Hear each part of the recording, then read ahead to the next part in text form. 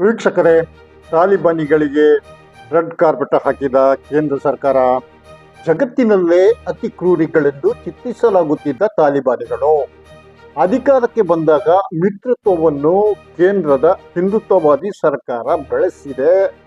ಅದಕ್ಕೆ ಅಫ್ಘಾನಿಸ್ತಾನದ ವಿದೇಶ ಸಚಿವ ಅಮೀರ್ ಖಾನ್ ಮುತ್ತಕಿ ಅವರ ಭಾರತ ಭೇಟಿಯನ್ನು ಉದಾಹರಣೆಯಾಗಿ ನೀವು ತೆಗೆದುಕೊಳ್ಬಹುದು. ಹೌದು, ಅವರಿಗೆ ಮೋದಿ ಸರ್ಕಾರ ಇತ್ತೀಚೆಗೆ ಅದ್ದೂರಿಯಾಗಿ ಸ್ವಾಗತ ನೀಡಿದ್ದು ನಿಮಗೂ ಗೊತ್ತಿದೆ. ಮುತ್ತಕಿಯವರು ಇಸ್ಲಾಮಿಕ್ ಆಧ್ಯಾತ್ಮಿಕ ಶಿಕ್ಷಣ ಕೇಂದ್ರವಾದ ದೇವಬಂಧುಗೂ ಭೇಟಿ ನೀಡಿದ್ದು ನಿಮಗೂ ಗೊತ್ತು. ಐ ಲವ್ ಮೊಹಮ್ಮದ್ ಕುರಿತು ಮೌಲಾನಾ ತಾಕಿರ್ ರಜಾರಿಗೆ ಎಚ್ಚರಿಕೆ ನೀಡಿದ ಯೋಗಿ ಆದಿತ್ಯನಾಥರ ಉತ್ತರ ಪ್ರದೇಶದಲ್ಲಿಯೇ ದಾರುಲ್ ಉಲೂಮ್ ದೇವಬಂದಿದೆ. ಭಾರತದಲ್ಲಿ ಈ ತಾಲಿಬಾನಿಗಳು ಜಗತ್ತಿನ ಅತಿ ಕ್ರೂರಿಗಳು, ಘೋರ ಮಹಿಳಾ ವಿರೋಧಿಗಳು ಎಂದು ನಿಂದಿಸುತ್ತಿದ್ದದ್ದು ಯಾರು? ಇಂದು ಬುಲ್ಡೋಸರ್ ಹಿಡಿದು ಮುಸ್ಲಿಮರ ಪ್ರಾಪರ್ಟಿಯನ್ನೇ ಕೆಡವಿ ಹಾಕತೊಡಗಿದವರು. ಅಲ್ಲ, ತಾಲಿಬಾನಿಗಳನ್ನು ಕ್ರೂರಿಗಳೆಂದು ಚಿತ್ರಿಸದ ಅವರು ಭಾರತದಲ್ಲಿ ಬಹಳ ಬಹಳ ಕಡಿಮೆ. ಅಂತಹ ತಾಲಿಬಾನಿಗಳಿಗೆ ಭಾರತದಲ್ಲಿ ರೆಡ್ ಕಾರ್ಪೆಟ್ ಸ್ವಾಗತ ಎಂದು ಮೋದಿ ಆಡಳಿತ ಕಾಲದಲ್ಲಿ ಸಿಗುತ್ತಾ ಇದೆ. ವಿದೇಶ ಸಚಿವ ಜೈಶಂಕರ್ ಅಫ್ಘಾನಿಸ್ತಾನದ ವಿದೇಶ ಸಚಿವ ಅಮೀರ್ ಖಾನ್ ಮುತ್ತಕಿ ಅವರಿಗೆ ಹಸ್ತಲಾಘವ ಮಾಡುತ್ತಿದ್ದಾರೆ. ಅಂದರೆ ಅಫ್ಘಾನಿಸ್ತಾನದಲ್ಲಿ ತಾಲಿಬಾನಿಗಳು ಅಧಿಕಾರಕ್ಕೆ ಬಂದ ಮೇಲೆ ಅಫ್ಘಾನಿಸ್ತಾನ ಮತ್ತು ಭಾರತದ ರಾಜಕೀಯ ಸಂಬಂಧದ ದಿಕ್ಕು ಬದಲಾಗುತ್ತಿದೆ ಎಂದು ಇದರರ್ಥ. ಬೇರೇನು ತಿಳ್ಕೊಳ್ಬೇಡಿ. ಇನ್ನೊಂದು ರೀತಿಯಲ್ಲಿ ಹೇಳುವುದಾದರೆ ಭಾರತಕ್ಕೆ ಪಾಕಿಸ್ತಾನದ ಶತ್ರುತ್ವದೊಂದಿಗೆ ಕ್ರೂರಿ ಘೋರ ತಾಲಿಬಾನಿಗಳು ಈಗ ಮಿತ್ರರು. ಅಮೀರ್ ಖಾನ್ ಮುತ್ತಕಿ ಭಾರತ ಪ್ರವಾಸದ ಸಂದರ್ಭದಲ್ಲಿ ಹೇಳಿದ್ದು, ಭಾರತ ಪಾಕಿಸ್ತಾನ ಇವೆರಡೂ ದೇಶಗಳು ನಮ್ಮ ನೆರೆಯ ದೇಶಗಳು ಆಗಿವೆ. ಎರಡೂ ದೇಶಗಳೊಡನೆ ನಾವು ಸೌಹಾರ್ದ ಸಂಬಂಧವನ್ನು ಇಟ್ಟುಕೊಳ್ಳಲು ಬಯಸುತ್ತೇವೆ. ಆದರೆ ತಾಲಿಬಾನಿಗಳ ಕುರಿತು ಪಾಕಿಸ್ತಾನ ತದ್ವಿರುದ್ಧ ನಿಲುವನ್ನು ಕೈಗೊಂಡಿದೆ. ಅದೇನೆಂದು ಮುಂದಕ್ಕೆ ಹೇಳುತ್ತೇನೆ.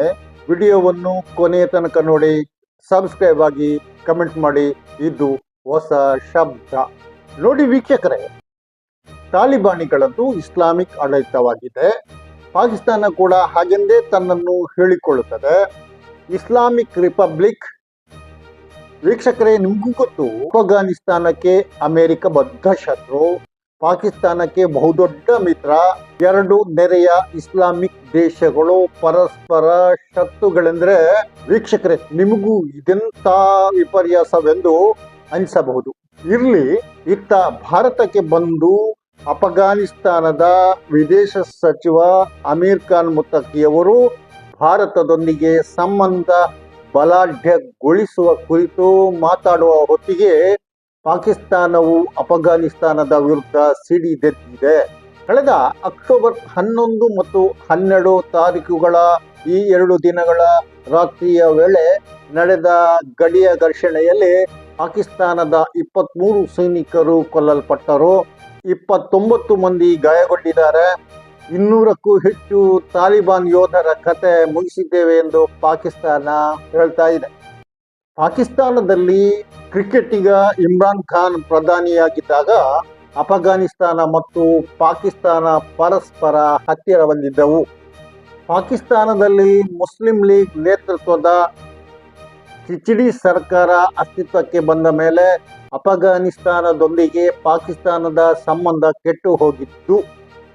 ಈಗ ಪಾಕಿಸ್ತಾನದ ರಕ್ಷಣಾ ಸಚಿವ ಖ್ವಾಜಾ ಆಸಿಫ್ರು ಇಸ್ಲಾಮಾಬಾದ್ನಲ್ಲಿ ಸೋಮವಾರ ಪಾಕಿಸ್ತಾನಕ್ಕೆ ಅಫ್ಘಾನಿಸ್ತಾನದೊಂದಿಗೆ ಈಗ ಯಾವುದೇ ಸಂಬಂಧ ಇಲ್ಲ ಎಂದು ಹೇಳಿದ್ದಾರೆ. ಗಡಿಯು ಉದ್ವಿಗ್ನ ಸ್ಥಿತಿಯಲ್ಲಿದೆ ಮತ್ತು ಯಾವ ಸಂದರ್ಭದಲ್ಲಿಯೂ ಘರ್ಷಣೆ ಸ್ಫೋಟಿಸಬಹುದು. ಅಂದರೆ ಪಾಕಿಸ್ತಾನ ಮತ್ತು ಅಫ್ಘಾನಿಸ್ತಾನದ ಗಡಿ ಈಗಲೂ ಉದ್ವಿಗ್ನ ಸ್ಥಿತಿಯಲ್ಲಿ ಮುಂದುವರಿದಿದೆ.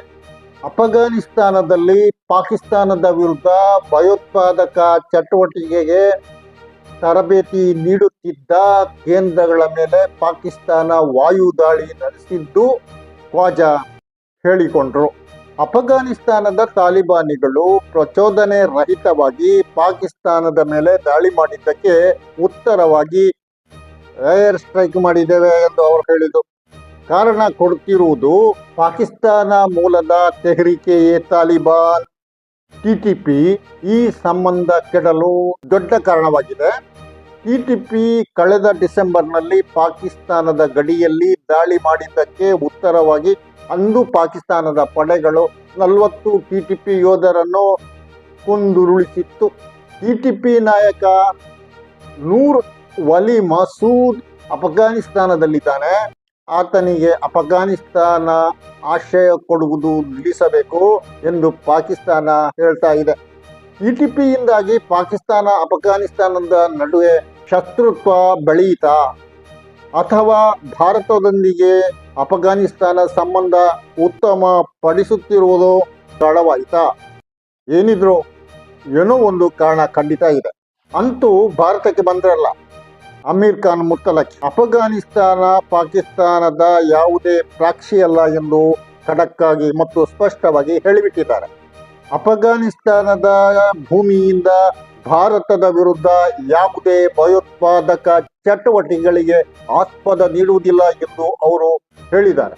ಭಾರತದ ಮಾಧ್ಯಮಗಳು ಈ ವಿಚಾರವನ್ನೇ ಮುಖ್ಯವಾಗಿ ಇಂದು ಚರ್ಚಿಸುತ್ತಾ ಇವೆ. ಅಂದರೆ ಅಫಘಾನಿಸ್ತಾನ ಪಾಕಿಸ್ತಾನಕ್ಕೆ ನೀಡುತ್ತಿರುವ ಬಹುದೊಡ್ಡ ಎಚ್ಚರಿಕೆಯ ಇರಬಹುದು. ಈ ಎಲ್ಲ ಬೆಳವಣಿಗೆಗಳೊಂದಿಗೆ ಪಾಕಿಸ್ತಾನ ಅಮೆರಿಕವನ್ನು ಮುಂದಿಟ್ಟುಕೊಂಡು ಅಫಘಾನಿಸ್ತಾನದ ವಿರುದ್ಧ ಆಟಕ್ಕಿಳಿದಿತ್ತು.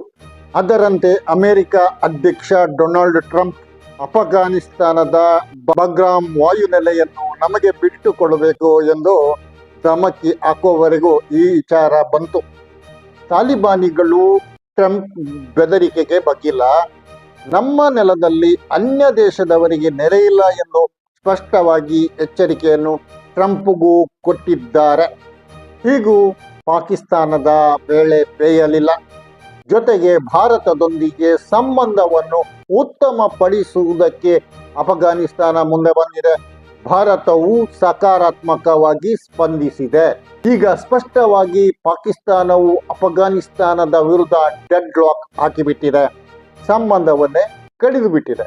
ಖ್ವಾಜಾ ಆಸಿಫ್ರು ನಮಗೆ ಅಫಘಾನಿಸ್ತಾನದೊಂದಿಗೆ ಈಗ ಯಾವ ಸಂಬಂಧವೂ ಇಲ್ಲ ಎಂದು ಹೇಳ್ತಾ ಇದ್ದಾರೆ. ಅಂದರೆ ಪಾಕಿಸ್ತಾನ ಅಫಘಾನಿಸ್ತಾನದ ನಡುವೆ ಘರ್ಷಣಾ ಸ್ಥಿತಿ ಮುಂದುವರಿಯುತ್ತಿರುವುದು ನಿಜ. 40-45 ವರ್ಷಗಳ ನಂತರ ಅಫಘಾನಿಸ್ತಾನದಲ್ಲಿ ಶಾಂತಿ ಬಂದಿದೆ. ಜನರು ಸಂತಸದಿಂದರೆ. ಹಿಂದೂಸ್ತಾನದೊಂದಿಗೆ ನಮ್ಮ ವ್ಯಾಪಾರಿ ಸಂಬಂಧ ಉತ್ತಮವಾಗ್ತಾ ಇದೆ. ಕ್ರೀಡೆ ಇತ್ಯಾದಿ ಕ್ಷೇತ್ರದಲ್ಲಿಯೂ ನಮ್ಮ ಭಾಗಿದಾರಿಕೆ ಹೆಚ್ಚಳವಾಗಬೇಕೆಂದು ಅಮೀರ್ ಖಾನ್ ಮುತ್ತಕಿ ಅವರು ಹೇಳಿದ್ದಾರೆ. ಇದು ಸ್ವಾಗತಿಸಬೇಕಾದ ಮಾತೇ ಆಗಿದೆ. ವೀಕ್ಷಕರೇ, ನಿಮ್ಮ ಅಭಿಪ್ರಾಯ ಏನು? ಭಾರತದೊಂದಿಗೆ ಅಫಘಾನಿಸ್ತಾನ ಸಂಬಂಧ ವೃದ್ಧಿಸುತ್ತಾ ಹೋಗುವಾಗ ಪಾಕಿಸ್ತಾನ ಅಫಘಾನಿಸ್ತಾನದೊಂದಿಗೆ ಸಂಬಂಧವನ್ನು ಕಡಿಯುತ್ತಿರುವುದು ಯಾಕೆ? ಇದು ಎರಡು ದೇಶಗಳೊಳಗಿನ ಘೋರ ವಿಪರ್ಯಾಸವೇ ಸರಿ? ನಿಮ್ಮ ಅಭಿಪ್ರಾಯ ಏನು? ಈ ಹೊತ್ತಿನ ಚರ್ಚೆ ಇಷ್ಟೇ. ಇದು ಹೊಸ ಶಬ್ದ. ಇನ್ನೊಂದು ಕಾರ್ಯಕ್ರಮದೊಂದಿಗೆ ಇನ್ನೊಮ್ಮೆ ನಿಮ್ಮೊಂದಿಗೆ ಚರ್ಚಿಸುತ್ತೇನೆ. ನಾನು ಅರಫಾ ಮಂಚಿ. ಸಬ್ಸ್ಕ್ರೈಬ್ ಮಾಡಿ, ಶೇರ್ ಮಾಡಿ, ಕಮೆಂಟ್ ಮಾಡಿ, ನಿಮ್ಮ ಅಭಿಪ್ರಾಯವನ್ನು ತಿಳಿಸಿ. ಜೈ ಹಿಂದ್.